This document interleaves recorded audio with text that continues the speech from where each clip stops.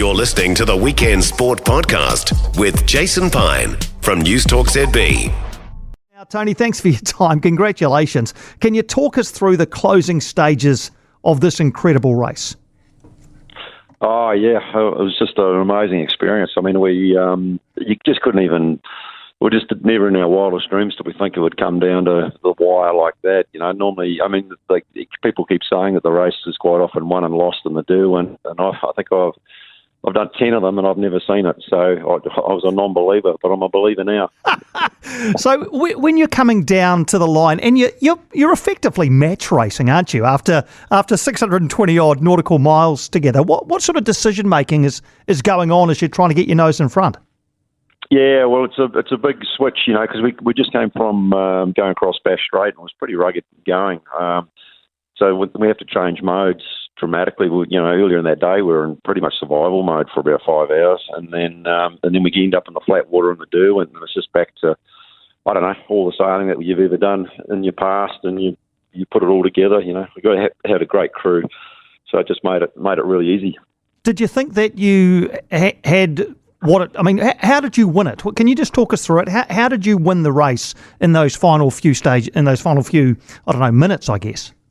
Yeah, well, firstly, I guess they were coming first up the river. There's always less and less air the further closer you get to the finish, so there's always a natural compression anyway between all the boats, and in this case there was a complete shutout of breeze, and we were able. That slowed up Comanche, and we were able to get up alongside. And then once we were alongside, we're both in the same wind, so that's why we sort of there was a bit of toing and froing, and we were able just to get the better of them. I think we were jibing a bit better, and we just managed to just slip away. Yeah, but if the finish line was another 100 metres further on, it might have gone back the other way. So, because I think it changed like 5 times. I think it was very nerve-wracking. I bet it was. When did you know you had it won, or was that not until the cannon went off? Oh no, well I think about 20 seconds before the finish. That was about the only time. That was the only time I personally thought, I think we've just done it. And yeah. How were the emotions on board after you crossed the line, after such an incredible finish to this race? Oh, it was amazing. Everyone's on such a high, and they still are. I've got crew scattered all over Hobart somewhere. I've got to try and find them, but they went crazy. Lots of yelling and screaming, yeah, for sure. And that wasn't just me. We always strike me as a fairly mild-mannered character, Tony. Were you showing some emotion as well, were you? Yeah, I did. It was. I actually had a bit of a sit down, quickly for a moment, and collect my thoughts. So it was high pressure. Yeah.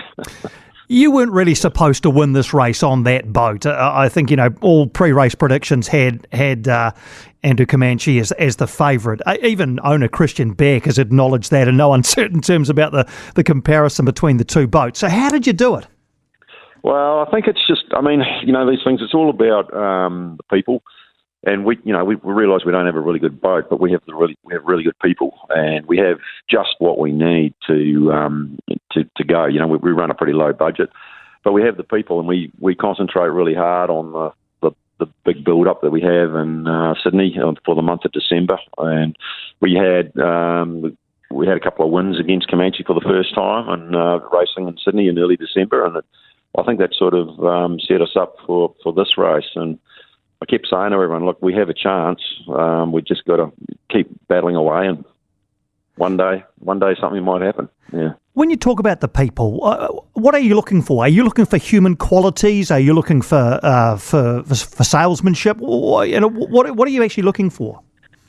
So I choose the crew, and we have like a bunch of people, and I wouldn't even know how to describe them other than they're all ultra level headed, and they're all focused. And they all move as one, it's like a cultural thing we have, and it's it's hard to explain how we do it, but we've got 2 bowmen on the bow from Spain, and they come down and they just fit straight in. I've got a navigator from San Francisco. We've got some Aussies, some Kiwis, and we just got a really cool team. Lots of mixture of skill, experience, and and youth. So it all works. It all seems to work really well, and and when it's working well, you can get the performances to show it. You lost one of your most important sails on night one. Wild storms thrashing a lot of the fleet. Yeah. I know a number had to pull out. How bad was the weather on the first night? Oh, it was heinous. So it was really strange. As we got down, there was these massive thunderclouds over Aussie coming out over the east coast there, moving out into the Tasman, and the gradient breeze was meant to be an easterly, which is blowing onshore, and so we had a fair bit of that, and then the breeze would just die out and do the full 180-degree swing from an easterly to a westerly, and then just start raining and howling and thunder and lightning, and it was one of the best shows I've ever seen, but I'd rather be on dry land watching that one ever again. I bet. So when you got those big wind shifts, the big 180s between the easterlies and the westerlies, are you kind of just hanging on for dear life? How do you sail the boat? Well, it was kind of violent. We just managed. We were lucky enough. We sort of knew what was going to happen as it happened, because we sort of actually experienced it there before a few times, but not as bad as this. So we're kind of ready, and we're able to fill up our front sail and get on the new jibe, get a reef in pretty quick, smart, and battle away, and just keep doing that. And I expected it to happen once or twice, but it probably happened about 8 times, because we kept getting in the westerly and we go ripping towards the southeast, and then it would happen again in reverse, and it was just because we would kind of run out of the westerly, and we just seemed to just keep doing that until finally we managed to break through on the eastern side, and I think it was the time of the day, and the clouds dissipated, and then we're on our way. Yeah. Terrific. You reckon this boat's got more left in her? Not right now. It's going to need a bit of maintenance.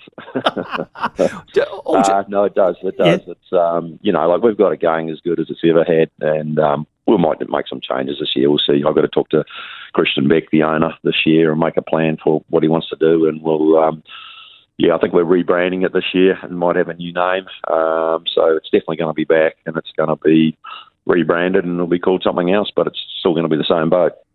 And you'll be back. You've done 10 now, as you say. You're keen for more?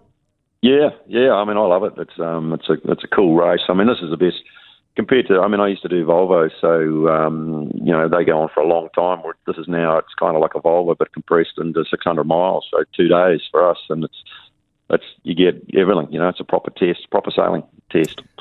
Well, I hope you can locate the crew. Yeah, I'm sure they'll all wash up at some point. Yep, they will. They better. Hey, Tony, congratulations. It was incredible to watch and to read about what happened in this incredible couple of days. You had Law Connect out there and got her across the line 51 seconds ahead of the race favourite. Thanks for joining us with a bit of insight, mate, and congratulations. Oh, thank you very much, mate. It's been a pleasure. No, it's been a pleasure to chat to you, Tony. Tony Mutter there. What a good man. I hope he can find his crew out and about in the night spots or even the early morning spots of Hobart, trying to get them all back together so they can all get home. Incredible stuff. Law Connect winning by 51 seconds. For more from Weekend Sport with Jason Pine, listen live to News Talk ZB weekends from midday or follow the podcast on iHeartRadio.